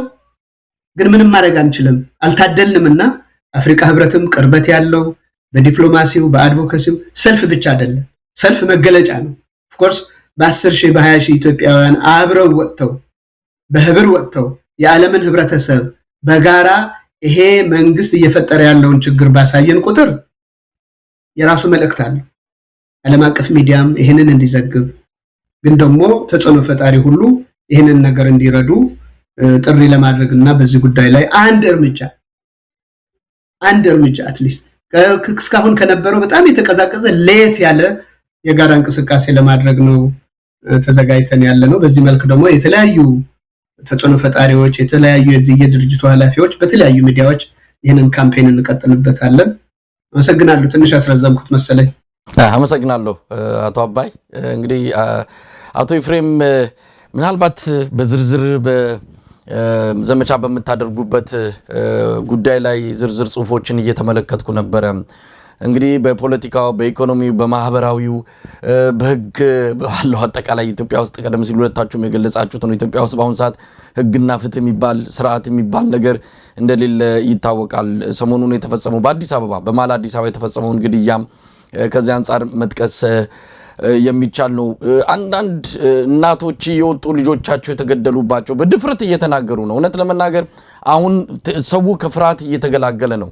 የመጣበት መከራና ማአት ፍርሃትን በፍርሃት ቆፈን ውስጥ እንዳይቆዩ ያረጋቸው ነው ሰሞኑን ቢሾፍቱ ደብረ ዘይት የመከላከያ ሰራዊት አባላት የተጎዱ ቦርድ ወጡ አደባባይ ወጣው ሰልፍ ወጣው ስርዓቱ ቃል የገባላቸውን እንዲፈጽም እየጠየቁ ይገኛሉና ይሄ አንዱ ህዝቡ ወደ አደባባይ ለመውጣት ህዝቡ ተቃውሞን ለማሳየት እንደተዘጋጀ ማሳያ አድርጎ መውሰድም ይቻላል አሁን በሶሻል ሚዲያ ሰው የደረሰበትን በደል እየወጣ በድፍረት እየተናገረ ነው እንደው መልሶ ችግሩን መንገር ለቀባሪው አረዳው ይሆናልና አሁን ምርጫ የሚባል መጥቷል እንግዲህ እናንተም ንቅናቄ ከዚሁ ምርጫ ጋር ተያይዞ ነው ምርጫው ቀልድ ነው እውነት ለመናገር ብዙ ሪፖርቶችን ብዙ ማሳያዎችን እዚህ መዘርዘር ይቻላል ግን አቶ ኤፍሬም 15 ቀን ነው የቀረው ከምርጫ በፊት ሽግግር ይኖር ይያላችሁ ነው እዛ ያሉ ተቃዋሚ ፓርቲ የሚባሉትም በመጨረሻው ሰዓት ምርጫውን ጥሎ ይወጣሉ ተብሎ የሚጠበቁትም አሁን የዛ አይነት ውሳኔ እንደሌለና እስከ መጨረሻው በምርጫው ለመቆየት መወሰናቸው ነው እየተረዳን ያለ ነው ስለዚህ አብይ አህመድ የ5 ዓመት ሰርቲፊኬት አገኛለሁ ብሎ በዚህም በዛም ተንገታግቶ ያችን ቀን አስፈጽሞ ለመቀጠል ነው ወሰነው ምን ማለት ይቻላል ምርጫው በጣም አስቂ ነው ከወዲሁ የአማራ ክልል የምርጫ ሁኔታ እንደተጠናቀቀም የድምጽ መስጫ ኮሮጆ ተጠናቆ ወደ ምርጫ ቦርድ አዲስ አበባ እንደተላከም እየሰማን ነው ምን ማለት ይቻላል አቶ ኤፍሬም ከዚህ አንፃር የእናንተ ንቅናቄ ምን ሊያደርግ ነው ያሰበው አይ ቲንክ አቶ አባይ ሜዶበታል እኔም አለሁ ማለት ቲንክ ምርጫውን በተመለከተ በስፋት ሄድበታለሁ ግን የአንተ እንዳልከው የኢትዮጵያን ችግሮች ቅድም የተዘረዘሩ እኔም አቶ አባይ የሚዘረዘራቸው እነዛን የፖለቲካ የለውና ችግር እነዛን ሁሉ ችግሮች የኢትዮጵያ ህዝብ ያውቃል ይሄንን ችግር በሱ የሚደርሰው እሱ ላይ ነው የምዘረዘረው ችግር ሁሉ የሚደርሰው የኢትዮጵያ ህዝብ ላይ ነውና የኢትዮጵያ ህዝብ እነዚህን ችግሮች ያውቃል የኛ ስራ እነዚህን ችግሮች ነው የኢኮኖሚውን የፖለቲካውን የዘረዘርናቸውን ችግሮች በጣም ሪሊ ለህዝብ በሚገባ መልኩ ኦርጋናይዝድ አድርጎ መልሶ ለህዝቡ ማቅረብ ነው የኛ አንዱ የዚህ ዘመቻ አንዱ ስራ እነዚህን ችግሮች ሪሊ ኦርጋናይዝድ በሆነ መልኩ ለህዝብ መልሶ ማቅረብና ማሳወቅ ነው ለምሳሌ የገበሬው የኢትዮጵያ ገበሬ ለምንድነው የብድር አገልግሎት የማያገኘው ለምንድነው የኢትዮጵያ ገበሬ የፈርቲላይዘር አገልግሎት የማያገኘው ለምንድነው የኢትዮጵያ ገበሬ ምርት ማምረት ሲገባው ከቤቱ መውጣት ሁሉ ፈርቶ ተሸማቆ ቤት ውስጥ የሚቀመጠው ለምንድነው ሸቀጥ የማይቀርብለት ለምንድነው ችግር ውስጥ የገባው ለምንድነው የረሃብ ችግር ውስጥ የገባው በተለይ ገበሬ ትግራይ የኦሮሚያ እና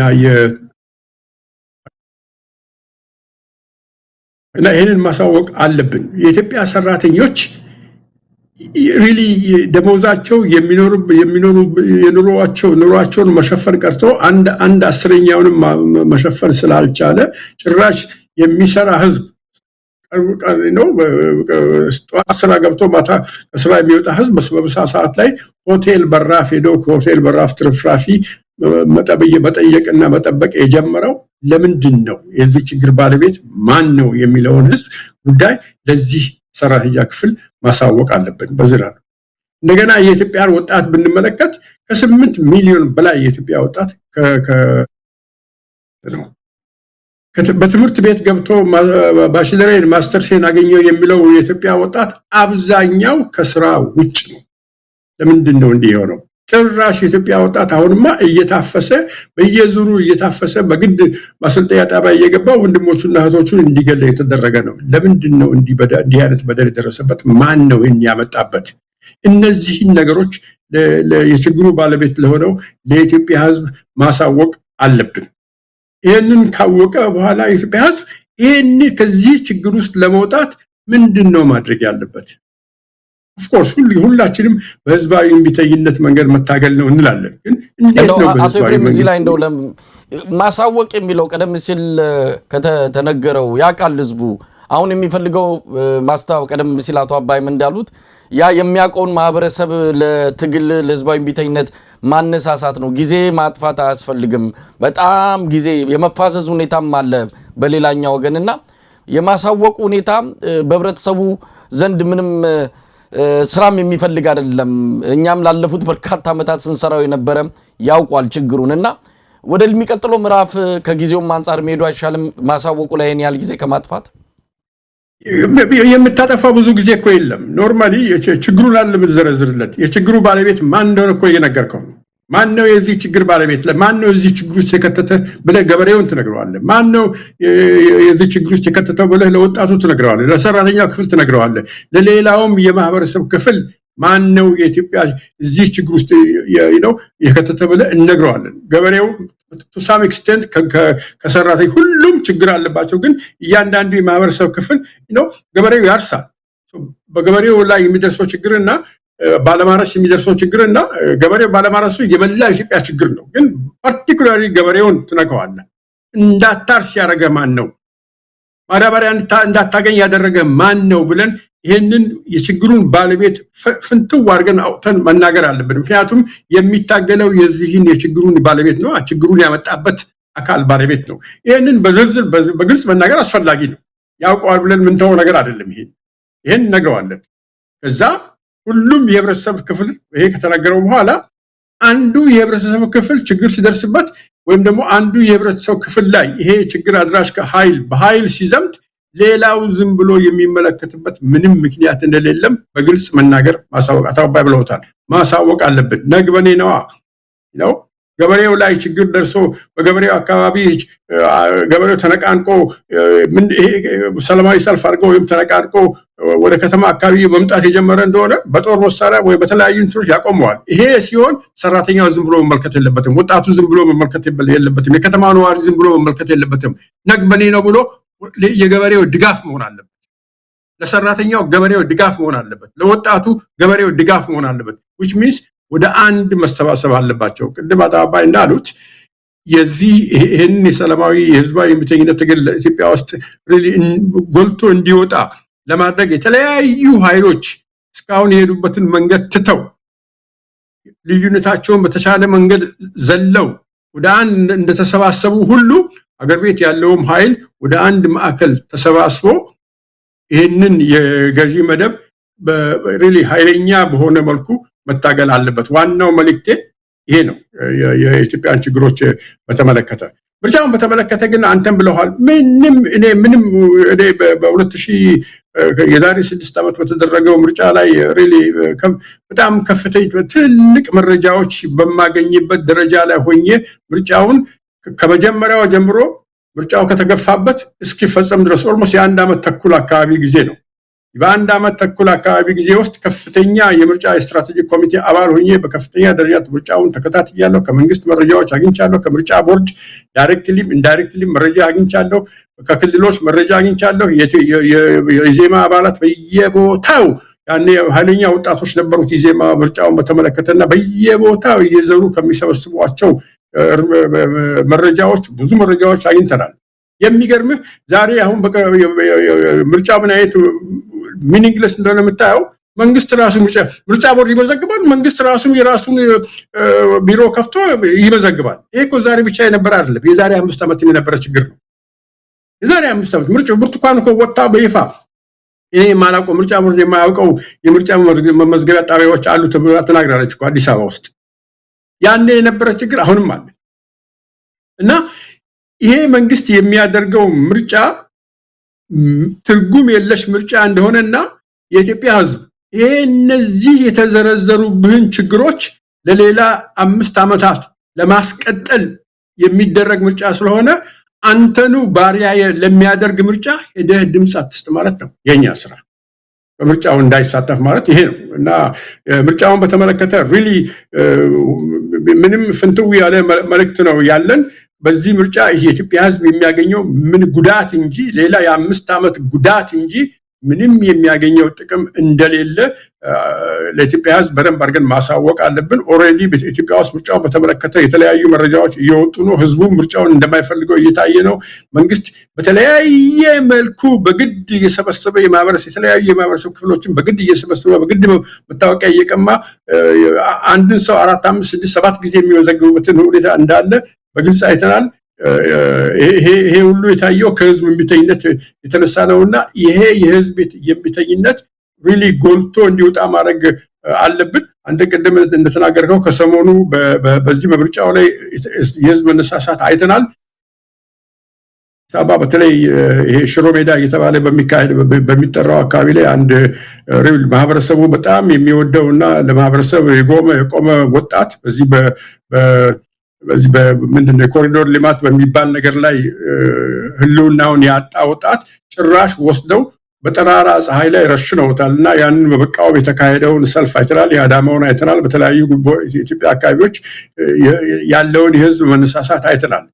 ይሄንን ሞሜንተም ሪሊ እንዲቀጥል ማድረግ አንዱ ትልቁ ስራችን ነው። ኦልሬዲ ተነሳስቷል፣ እንትን ብሏል። እንዳይቆም ማድረግ አለብን። መሳይ ታስታውስ እንደሆነ የዛሬ ዓመት ተኩል አካባቢ የጤና ባለሙያዎች ትልቅ እንቅስቃሴ ጀምሮ መንግስትን መውጫና መግቢያ ሳትተውት ነበር። ግን ሞሜንተም አጣ። ይሄ አብሮት የሚቆምና ብልጭ ድርግም ሳይል እንደው እየተደጋገፈ የሚሄድበትን ሞሜንተም ሲያጣ መንግስትም ጡንቻውን አበረከተና ይሁን ዝም ጭጭ አለ። ይሄ ከዚህ ትምህርት መውሰድ አለብን። ደግሞ የጤና ባለሙያዎቹን እንትን የሚመራም ኃይል እዚህም የሚመራው ሲታሰር እዛም የሚመራው ሲታሰር እየተላከሙ መጡና መጨረሻ ላይ አሁን ያለበት ደረጃ ላይ ደረሰ። ይሄን ከዚህ ትምህርት ወስደን ይሄ እንዳይሆን እንዴት መመራት የህዝባዊ ብትይነት እንቅስቃሴው እንዴት መመራት እንዳለበት በምን አይነት መንገድ መካሄድ እንዳለበት አልገዛም ባይነት እንዴት መገለጽ እንዳለበት በተለያየ መልኩ የተለያዩ ዘዴዎች አሉ። ዝርዝሩን አይ ቲንክ ወደፊት በግልጽ ለህዝብ በምንናገርበት ጊዜ በግልጽ አስቀምጠን እንመጣለን። አሁንም ከሰሞኑ የተለያዩ ዘዴዎች አሉ። እነዚህን የተለያዩ ዘዴዎች ተጠቅሞ ህዝብ መንግስትን እንዴት ማንቀጥቀጥ እንደሚገባና ምርጫው ሚኒንግለስ ስለሆነ ከምርጫ በፊት ሽግግር መኖር አለበት ብሎ ምርጫው ቢቻል መንግስትን አስገድዶ ወደ ሽግግር መውሰድ ካለዛ መንግስትን አስወግዶ ወደ ሽግግር የምንሄድበትን መንገድ እንዲከፈት ማድረግ አለበትና የትልቁ የህዝባዊ እምቢተኝነቱ ትልቁ ስራም የሚሆነው ይሄ ነው። ከምርጫ በፊት ሽግግር ማለት ሪሊ ምርጫው ሚኒንግለስ ነውና ሽግግር ኖሮ ከሽግግሩ ሂደት በኋላ ሽግግር በጣም ብዙ የተለያዩ ሂደቶች አሉት ውስጡ። እነዛ የተለያዩ ሂደቶች ከተፈጸሙና ካለቁ በኋላ ነው የሽግግሩ ዘመን ማለቅ ያለበትና የሽግግሩ ዘመን ሲያልቅ ማሰሪያው ዲሞክራሲያዊ የሆነ ሁሉን አቀፍ የሆነ ነፃና ህጋዊ ምርጫ ማካሄድ ነው። ትልቁ መልእክታችን እሱ ነው። አቶ አባይ ወደ እርሶ ልምጣ። እንግዲህ ያው ምርጫው ነው። ምርጫውን በተመለከተ ያው የኢትዮጵያ ህዝብ በደንብ በግልጽ የሚያዩ ነው። ዓለም እየሳቀብን ያለው እንዲህ አይነት ምርጫ ምናልባትም በታሪክ የመጀመሪያው ይመስላል። 56 ሚሊዮን አሁን እንግዲህ ወደ 60 ሚሊዮን ሊጠጋ ነው ለምርጫ ተመዝግበዋል የተባለው። እንግዲህ ትግራይ ምርጫ አይካሄድም፣ አማራ ክልል ራሳቸው በሰጡት ቁጥር ቀይ ያለበት ብለው ምርጫ ማካሄድ አይቻልም ብለው ያሉት ከግማሽ በላይ የምርጫ ወረዳዎች ላይ ምርጫ አይካሄድም። በኦሮሚያ ክልል፣ በጋምቤላ፣ በቤኒሻንጉል አሁን ባለው የጸጥታ ሁኔታ ምናልባትም ከግማሽ በላይ ባልተናነሰ ሁኔታ ምርጫ ለማድረግ አስቻይ ሁኔታዎች የሉም። ነገር ግን ተመዘገበ የሚሉት ወደ 60 ሚሊዮን ህዝብ እየተጠጋ ነው። እንዲህ አይነት ቀልድ በእውነት በህዝብ ላይ መቀለድ ከዚህ በፊት የነበሩ መንግስታትም አድርገውት የማያውቁት ነው በአብይ አህመድ እየታየ ያለው። እናንተው ምርጫ አታድርግ ማነው ህዝቡን ምርጫ አትሳተፍ እያላችሁ ነው። የቀረው 15 ቀን ነው። ብዙ የአፋኝ ስርዓት ነው። በብዙ መንገድ ነው ህብረተሰቡን ያፈነና ምርጫ አስገዳጅ በሆነ መልኩ እንዲመርጥ እያደረገ ያለው።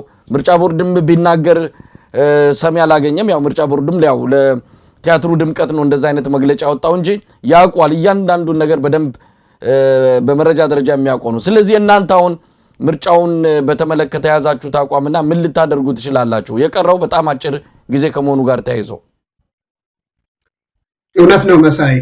አሁን የተወሰኑ በአቶ ፍሬም በሄደበት ረጅም ማለት ግልጽ በሆኑ ዝርዝር ነገሮች ላይ አንድ 3 ስጋቶች አሉ።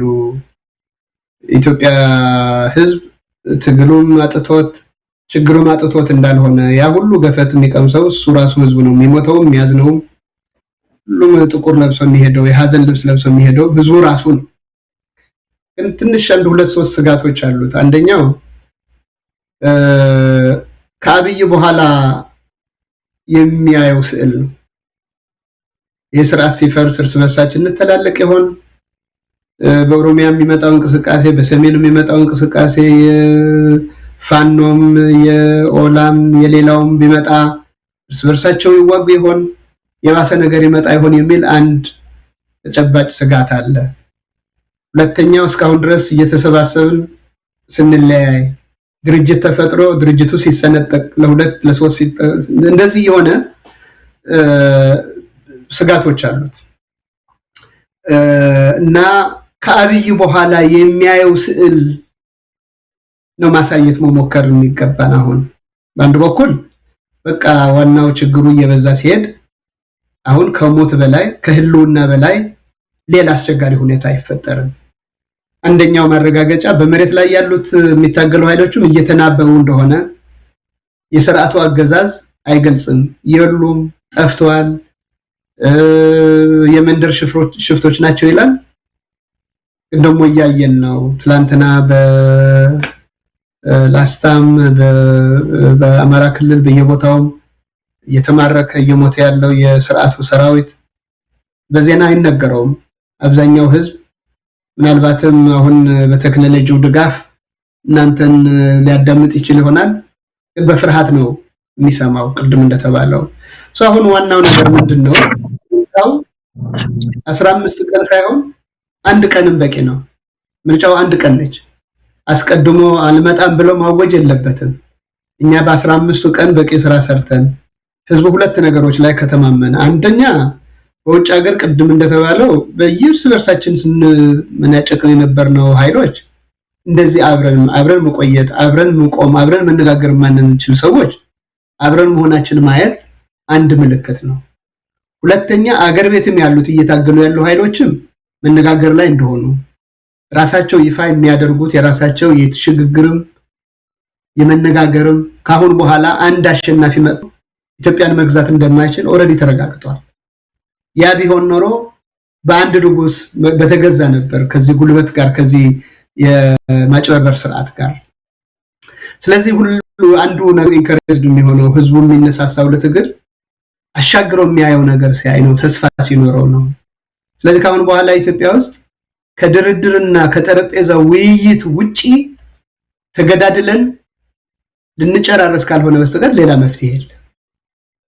መሳሪያ ነገበው እየታገለ ያሉ በየኮርነሩ ያሉ ታጋዮችን ቢሆን ይሄንን ግንዛቤ ያላቸው ያው ስርዓቱ ስለሚያናንቃቸው ስርዓቱ ሽፍቶች ናቸው እንደዚህ ናቸው እያለ ስለሚያጣጥላቸው እንጂ እነዚህ ሰዎች እንደኛ መኖር የሚፈልጉ ሰላም የሚፈልጉ በሰላም መኖርና ህይወትን ማጣጣም የሚፈልጉ ሰዎች ናቸው ተገደው ወደ በረሃ ያወጡት።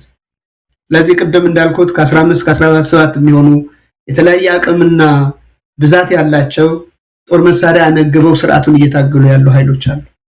ቅድም እንደተባለው በጋምቤላም በሶማሊያም በአፋርም በአማራም በየቦታው ይሄ ሁሉ አለ። ስለዚህ አንዱ ህዝቡ መታዘብ ያለበት እነዚህ መሳሪያ እያነሱ ያሉት ኃይሎች በደርግ ጊዜ የደርግ መውደቂያ ጊዜ ወደ 17 የሚሆኑ ጦርነትን ያጋው ኃይሎች ወደ ሽግግር የመጡበት ምክንያት ይሄው ነው። ስርዓቱን አስገድደን ስርዓቱም ጭምር ለሰላማዊ ሽግግር እድል እንዲሰጥ ማድረግ የህይወትን ዋጋም አያስከፍልም። በተለይ ደግሞ ህዝቡ ባጋራ ከወጣ አብሮ ከጫፍ እስከ ጫፍ በዚህ ጉዳይ ላይ ይችን ነገር ቀላሉ ስራ ሷነች ብለን ነው የምንለው እንጂ የእምቢተኝነት ትግሉ መገለጫው ብዙ ነው። ስርዓቱ ከመሰረቱ በድለላም በቅድም እንደተባለው በአንድ ሀገር ገንዘብም ደም የለመደ ደም የቀመሰ ነው። ካሁን በኋላ በሰላም መንገድም ምህረት አገኛለሁ ብሎም አያስብም። የባሰበት የሚሄድ ስርዓት እንጂ ካሁን በኋላ ፍትሃዊ ዲሞክራሲያዊ ሊሆን አይችልም። ይሄ ስርዓት ያ ህዝቡ በጥርጋ ተቀብሎት ይያለ በጥሩ ሁኔታ ተቀብሎት ይያለ የነበረው እድል አባክኖታል። ካሁን በኋላ ስርዓቱ ያለው ዋናው አማራጭ ቢያንስ እርስ በርሳችን የመጋደሉ ነገር አሁን ተነቅቶበታል። አሁን በአማራና በትግራይ ላይ ጦርነት አይነሳም። በአማራና በኦሮሞ ታጋዮች ጦርነት አይነሳም። በአፋርና በትግራይ በሌሎችም ይሄ አሁን እንደማይነሳ አውቀዋል። እነዚህ ሁሉ በስርዓቱ ላይ ነው የቀሰሩት። ስለዚህ ስርዓቱ አደጋ ላይ መሆኑን እያየ ነው። የጣረሞ ትግል ነው።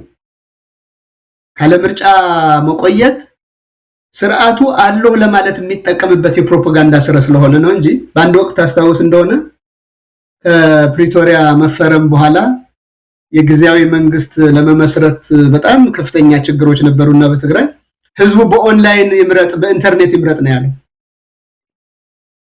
ስለዚህ ቀደም የጠቀስከው ዳታ አላስቻይ ሁኔታ እያለን ቢሆን ሰዎች በቴሌፎናቸው ምረጡኝ ብሎ የሚደፍር በዚህ በውሸትም በቅጥፈትም ዓለም ያወቀው ዓለምንም ለብዙ ጊዜ ያታለለ ገዛዝ ነው እኮ ጦርነት እየጫረ የሰላም ሽልማት የዓለምን የሰላም ሽልማት ኮሚቴ አታሎ ሽልማት ያገኘ ሰው እኮ ነው። እንደው ቀደም እንዳልኩት ነው ምን ያህል ጊዜ ሲሆን ነው እኛ ምንነቃው ነው እንጂ ጥያቄው ህዝቡም ቢሆን ገበሬውም ጋር ደርሷል፣ ሰራተኛውም ጋር ደርሷል። ልጆች ከትምህርት ውጭ ናቸው። ወጣቶች ወይ መሰደድ ነው ወይ ወደ ስልጠና መግባት ነው። ይሄን ስቃይ ማሳጠር የሚቻለው አንዱ እችን ድምጽን በመከልከል ነው። ጊዜው በጣም ሰፊ ጊዜ ነው። የምርጫው ቀን አንድ ቀን ነች። ያችን የምርጫ ቀን ዲናይ ማድረግ ነው። በዚህ ጉዳይ ላይ ይሄ መንግስት የምናስገድድባቸው ብዙ መንገዶች አሉ። እዚህም ያለነው አብረን ወደ ተለያዩ አገሮች ወደ ተጽዕኖ ፈጣሪ አገሮች ቀደም እንደተባለው ምርጫ ታዘቡ የሚያጅቡ ብዙ ላይ ሆነ ይችላሉ እንደድሮ። ግን እነዚህንንም በማሳወቅ እኛም ቢሆን 15 ቀን ዝም ብለን በሚዲያ መጥተን ምን ለፈልፍበት ሳይሆን በየቦታው በየአገሩ የየአገሩ መንግስታት ተጽዕኖ ፈጣሪዎች የሰብአዊ መብት ተሟጋቾች የኢንተርናሽናል ሚዲያዎች በዚህ ጉዳይ ላይ አበርትተው እንዲሰሩ ካደረግን የአብይ መንግስት ጠንካራ መንግስት አይደለም፣ እንደሚደነግጥ መንግስት ነው። አሁን በድጎማ የሚሰሩ የራሱ ሚዲያዎች ወይም አንዳንድ የተገዙ ሚዲያዎች በሚጮሁት ልክ ጉልበት የለውም። ጉልበት ህዝብ ነው። የትግራይ ህዝብ የሌለበት፣ የአማራ ህዝብ የሌለበት፣ ሙሉ በሙሉ የኦሮሞ ህዝብ የሌለበት፣ የቤንሻንጉል፣ የጋምቤላ፣ የሶማሊያ፣ የአፋር ህዝብ በየቦታው በተበታተነበት ሁኔታ የመንግስት ጉልበት በምን ይመጣል? ለዚህ እኮ ነው ነገ ግብር የሚሰበስብበት ነው። የኢትዮጵያ እኮ ትልቁ ሀብት እኮ ሂውማን ካፒታል የት አለ? ወጣቱ ቅድም እንዳልኩ ምንም ከትምህርት ገበታም ውጭ ነው። የተረጋጋ ኑሮ አይኖርም። ሴቶቻችን እህቶቻችን በየቦታው እንዳልክ እንደምታየው በሺዎች የሚቆጠሩ ተደፍረው ሰቆቃ ላይ ናቸው። እኔን ስቃይ ያየ ወጣቱ ምን ኑሮ አለው? ስለዚህ ይሄ 120 ሚሊዮን የምንለው 50 ምናምን ለምርጫ ብቁ ነው የተባለው ህዝብ ቁጥሩ ከዳታው ሊመዙት ይችላል። ግን የለም የአማራ ክልል በየትኛው ቦታ ነው ምርጫ ማድረግ የምትችለው? ወይ 30 ሚሊዮን ሀገር እኮ ነው አማራው ብቻ። የትግራዩ፣ የኦሮሚያው፣ ስለዚህ የሌሎችም ቅድም እንዳለውና ይሄንን በመሬት ላይ ያሉ ታጋዮችም እየሰሙ ስለሆነ በዚህ ጉዳይ ላይ ራሳቸው ድርሻ ይወጣሉ። እኛ የሰላማዊ ትግሉን ድጋፍ ነው የምንሰጠው። በሰላማዊ መንገድ ግን ይቻላል፣ ችለናል። ታስታውሳለህ በሰሜኑ የዚህ የትግራይ ጄኖሳይድ ጊዜ ቁጥራችን ትንሽ ነው ሲነጻጸር፣ በትንሽ ቁጥር ግን ብዙ ነገሮች ተሰርቷል።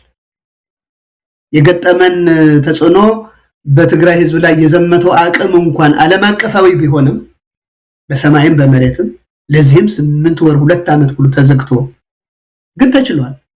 ዳያስፖራ ያለው ትንሽ ቁጥር ብዙ ነገር አሸንፈዋል። ብዙ ኤምባሲዎች ያላደረጉትን አድርገዋል።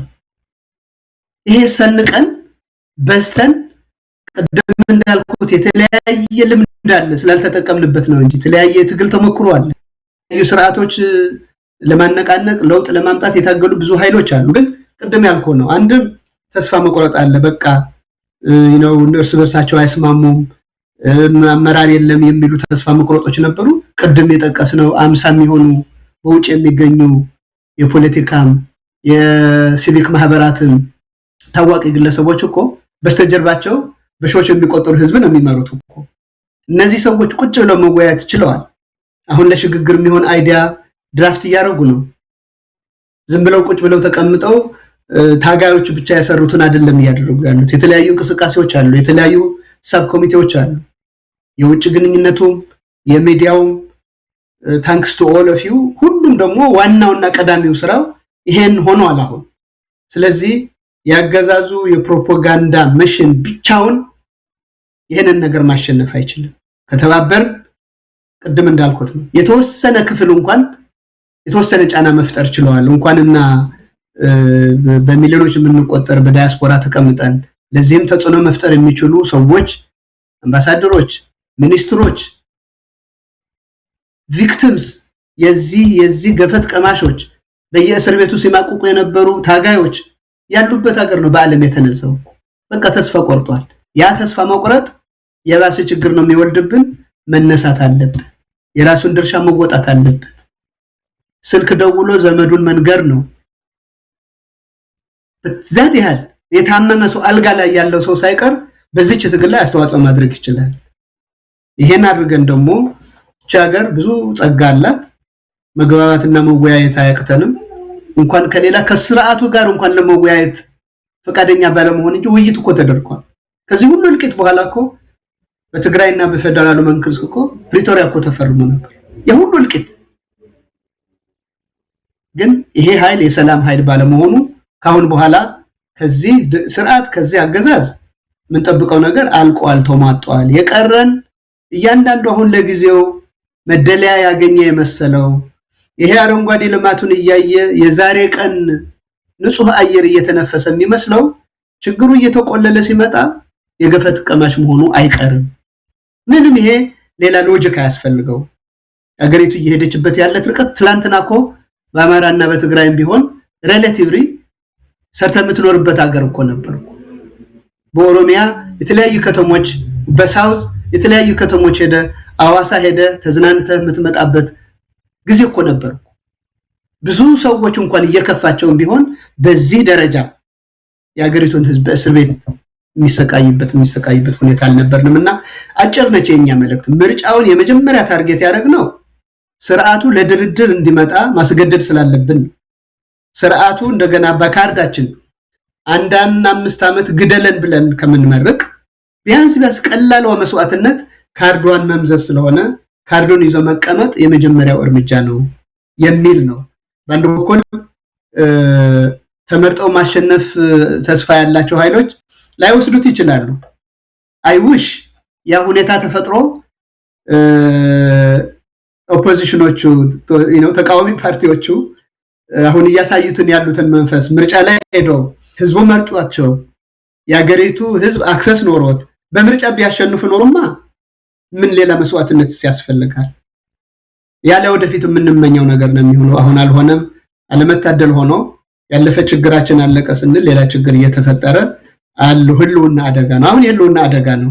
አሁን የምርጫ ጉዳይም አይደለም። እኔ ኦነስትሊ ምርጫ እያልን ያለ ነው። ምርጫው ተደረገም አልተደረገም ቅድም እንዳልኩ ኦንላይን ምረጡኝ ብሎም ቢሆን በቴሌፎን ተመርጫለሁ ሊልን ይችላል። አዲስ ቴክኖሎጂ ነው፣ ዲጂታል ነኝ ባይ ነው፣ የሰለጠንኩ ነኝ ባይ ነው። ቅድም እንዳልኩ ነው አፊዞብናል። ይሄ የትግራይ ታስታውስ እንደሆነ ህዝቡ በኢሜል ይምረጥ ያለ የሽግግር ምንድነው የጊዜያዊ አስተዳደሩ ለመምረጥ ጭቅጭቅ ነበረ በትግራይ ውስጥና ሰውየው ሲያፌዝብን ነው እንጂ በኢትዮጵያ ውስጥ አሁን በየትኛው ቦታ ነው የተረጋጋ ምርጫ የሚደረገው? የትኞቹ የምርጫ ታዛቢዎች ናቸው ወጥተው የሚገቡት? እንደው ይሄ የኢትዮጵያ ህዝብ ቅድም እንደተባለው ቀባሪ ማርዳት ነው የሚሆነው፣ እያወቀው ነው። ግን የኛ ድጋፍ ይፈልጋል። የኛ ድምጽ መሰማት ስላለበት ነው ግዴታችንን መወጣት ያለብን። እኛ የህዝቡ ስቃያችን ነው። ዘመዳችን መርዶ እየሰማን ነው እየኖርን ያለነው። እንቅልፍ አላገኘንም። ሰርተን ተምረን አገር ቤት መተን ከቤተሰቦቻችን ጋር መኖር ያለምነውን ህልም እየባከነብን ነው። ለራሳችን ስንል ነው፣ ለህዝቡ ብቻም አይደለም። እኛም የህዝቡ አካል ነን። ስለዚህ በዚህ ጉዳይ ላይ እንደው ህዝቡ ቀላሏን መስዋዕትነት እንዲከፍል መጠየቅ ነው። ከተባበራችሁን ይሄን 10 ቀን 15 ቀን በቂ ነው። ሰላማዊ ሰልፍም እየተደረገ ነው። ቅድም እንዳልኩት በአለም ዙሪያ ያሉት ኢትዮጵያውያን የበኩላቸው ወዳጆችም አሉ፣ ብዙ ወዳጆች አሉ በዚህ ስርዓት ላይ እየተከፉ የሚጽፉ የሚያሰሙ የፖሊሲ አድቫይዘርስ አሉ። አሁን ህዝቡ አንድ ላይ ከተነሳ ሰሚ አለው። ስንበታተን ብቻ ቤታችን ቁጭ ብለን ለስርዓቱ እድል ስንሰጥ ብቻ ግን ስቃያችን ከማራዘም ውጪ ሌላ እድል የለንምና ምርጫውን ላይ ያተኮርንበት ምክንያት የሆነው ምርጫው በሰልፍ ብቻ አይደለም፣ በተለያየ መንገድ ምርጫ ታዛቢዎች የነበሩ ድሮ እነ ካርተር ሴንተር ምናምን አውሮፓ ህብረት ሄደው እንደገና ይሄንን የቀልድ ምርጫ እንዳይሰሙ እንዳያዩ እንዲመሰክሩ የዓለም አቀፍ ሚዲያዎች በዚህ ጉዳይ ላይ በቂ ስራ እንዲሰራ ተጽዕኖ እንፈጥራለን የሚሉ በቲክቶክ ላይ ቁጭ ብለው እየተጨነቁ የሚያድሩ ወጣቶች በዚህ ጉዳይ ላይ በቂ ስራ እንዲሰሩ የማግባባት በተለይ የተለያዩ ጥያቄዎች ኢንተርቴይን የምናደርግበት ጊዜ ይመጣል። ለሁሉም ጊዜ አለው። ህዝብ ሲኖር ነው፣ አገር ሲኖር ነው ይሄን ሁሉም ይመጣውና ህዝብ አመሰግናለሁ። መሳይ አመሰግናለሁ። አቶ አባይ እንግዲህ አቶ ኤፍሬም የማጠቃለያ ሐሳብ ከዚህ በኋላ እንገናኛለን። የሚቀጥሉት 15 ቀናት 3 ሳምንት ወሳኝ ናቸው። ከእናንተ ጋር በብዛት እንደምንገናኝ ተስፋ አደርጋለሁ። በሌሎች መገናኛ ብዙሃንም እንደዚሁ የእናንተ ባልደረቦች በዚህ በህዝባዊ እምቢተኝነት ውስጥ ኮሚቴ አባል የሆኑትም እንደዚሁ በተለያዩ መድረኮች ቀርበው ህዝቡን እንደዚሁ መልእክት የሚያስተላልፉ እንደሆነ ነው ከመርሃ ግብሩ መረዳት የቻልኩት። ዳግም እንገናኘን ከሌሎች ጋር። እስቲ እንደማጠቃለያ አቶ ኤፍሬም መልእክት ካለ? አመሰግናለሁ። ትንሽ ነገር ለማለት ባለፈው ምርጫ ትዝ ይለኛል በተለያዩ የጸጥታ ችግሮች የተነሳ በሰባ የምርጫ ወረዳዎች ውስጥ ወይ ምርጫ ጣቢያዎች ውስጥ ምርጫ አልተካሄደም። ባለፈው ዘንድሮ ያለፈው ምርጫ ሲካሄድ ኢትዮጵያ ውስጥ ከትግራይ ውጭ በሌሎች የኢትዮጵያ አካባቢዎች አንጻራዊ በሆነ መልኩ ሰላም ነበር። ዘንድሮ ግን ስናይ ትግራይ ባለፈው ምርጫ አልተሳተፈም። አሁንም ትግራይ ውስጥ ምርጫ የለም። አማራ ክልል ምርጫው ትርጉም እንደሌለው የፋኖ ኃይሎች ህዝቡን በየቦታው እየሰበሰቡ በግልጽ እያናገሩት ነው። ህዝቡም ከነሱ ጋር መቆሙን እያረጋገጠላቸው ነው። ይሄ በእናንተ ሚዲያ በየቀኑ የምንሰማው ጉዳይ ነው። መሳይ ኦሮሚያ አካባቢ እና አማራ አካባቢ ሄዶ የምርጫ ጣቢያዎችን መክፈት መመዝገብ ምን የሚሉት ነገር ካርድ ማጓጓዝ የሚሉት ነገር ኮምፕሊትሊ እንዳልቻለ የምርጫ ቦርድ በተደጋጋሚ የገለጸው ነገር ነው። ከተለያዩ የኢትዮጵያ አካባቢዎች የምንሰማቸው ድምጾች እኔ በግሌም በሚዲያዎችም በማህበራዊ ሚዲያዎችም የምሰማቸው ድምጾች ምርጫው ትርጉም እንደሌለው በግልጽ የሚናገሩ ናቸው እና እነዚህን ድምጾች ከተለያዩ አካባቢዎች የሚመጡ ድምጾችን ማስተጋባትና ብዙ ሰው እንዲከተላቸው ወይም እንዲቀላቀላቸው ማድረግ አንዱ ትልቁ የኛ ስራ ነው። አንድ መገንዘብ ያለብን ምንም ይሁን ምን ጠቅላይ ሚኒስትር አብይ አህመድ መንግስት አስገድዶም ቢሆን ሄደው ድምጽ የሚሰጡ ሰዎች መኖራቸውን መዘንጋት የለብንም። ግን ብዙ ሰው ምርጫውን በከፍተኛ ትልቅ ጥያቄ ውስጥ እንዳስገባው ኦልሬዲ ሰምተናል፣ ኦልሬዲ አይተናል። ህዝቡ ምርጫው እንደማይጠቅመው አውቋል። የሚቀጥሉት 15 ቀናት እነዚህን ድምፆች ይሄ ምርጫው አይጠቅመኝም የሚለው ህዝብ ቁጥር እንዲጨምር ማድረግ ነው ስራችን እንጂ እኮ ስራ ኦልሬዲ መሬት ላይ ያለ ስራ ነው። ሌላው ቅድም አቶ አባይ የተናገሩት ነገር ክሪቲካል ነው በጣም። ይሄ በተለይ ኢትዮጵያ ባለፉት 50 ዓመታት ውስጥ 3 ሽግግሮችን አድርጋለች እና ከ3ቱን ሽግግሮች ስንመለከት አንዱ ከአንዱ የከፋ እየሆነ ነው የሄደው። እኛም ኢትዮጵያውያን ነው ኃይለሥላሴን መንግስት አስወግደን ደርግ ሲመጣ ትንሽ ቆይተን ወይ ኃይለሥላሴ ብናጠፉና ነው የሰደድናቸው ነው ያልነው። ደርግን አስወግደን ህወሓት ሲመጣ ደግሞ ምነው ደርግ ይሻላል ነበረ ወይ ነው ያልነው። ዛሬ አብይ መጥቶ የህወሓትን ዘመን የምንናፍቅ ሰዎች ሆነናል እና ይሄ ሁሉ ነገር የመጣው መልካም ስርዓት መፍጠር ባለመቻላችን ነው። ስለዚህ አሁን ላይ የጠቅላይ ሚኒስትር አብይን አህመድ መንግስትን በተለያየ መልኩ የምንታገል ኃይሎች ትልቁ ዋናው ስራችን ነው ብዬ የማምነው ይሄ ህዝብ ያጣውን ኮንፊደንስ፣ አንድ መንግስት ሲጠፋ የባሰ ነው የሚመጣው የሚለው አቶ አባይ የጠቀሱት ነገር ክሪቲካል ነው። እሱ እንዳይኖር እንዴት በተባበረ ኃይል የአብይ መንግስት ከመወገዱ በፊት የአብይን መንግስት የሚተካው ኃይል ምን መሆኑን እንዴት እንደሚመጣ ማወቅ እንዳለብን መገንዘብ አለብን። ዝም ብለን ተነስተን የጠቅላይ ሚኒስትር አብይ አህመድ መንግስት መወገድ አለበት እያልን መጮህ ብቻ አይደለም ስራችን መሆን ያለበት። ይህ መንግስት ከተወገደ በኋላ የሚመጣው መንግስት የአብይ መንግስት ከመወገዱ በፊት እጃችን ላይ ሊኖር እንደሚችልና ይሄን እጃችን ላይ ያለውን የአብይን ምትክ የኢትዮጵያ ህዝብ እንዲያየው እንዲያውቀው ማድረግ ትልቁ ስራችን ነው ብዬ አስባለሁ። አመሰግናለሁ። በጣም ነው የማመሰግነው። እንግዲህ ሁለታችሁንም ቀደም ሲል እንዳልኩት ይሄ የመጀመሪያችን እንጂ መጨረሻ አይደለም። ዘመቻው ተጀምሯል። ህዝባዊ ሰላማዊ እምቢተኝነት ንቅናቄ በተመለከተ የንቅናቄው ኮሚቴ አባላት የሚሰጡትን መግለጫ እንደዚሁም የተለያዩ መልእክቶች የምናስተላልፍ ይሆናል። አቶ አባይ ግደይ እንደዚሁም አቶ ኤፍሬም ማዴቦ እግዚአብሔር ይስጥልኝ። መልካም ቀን፣ መልካም ጊዜ። አመሰግናለሁ አቶ አባይ ግደይ ስላየው ደስ ይላል። ቴንክ ዩ። እኔም ደስ ብሎኛል አቶ ኤፍሬም፣ በጣም እናመሰግናለን። መሳይ አንከር ሚዲያ እና አድማጮችም በጣም እናመሰግናለን።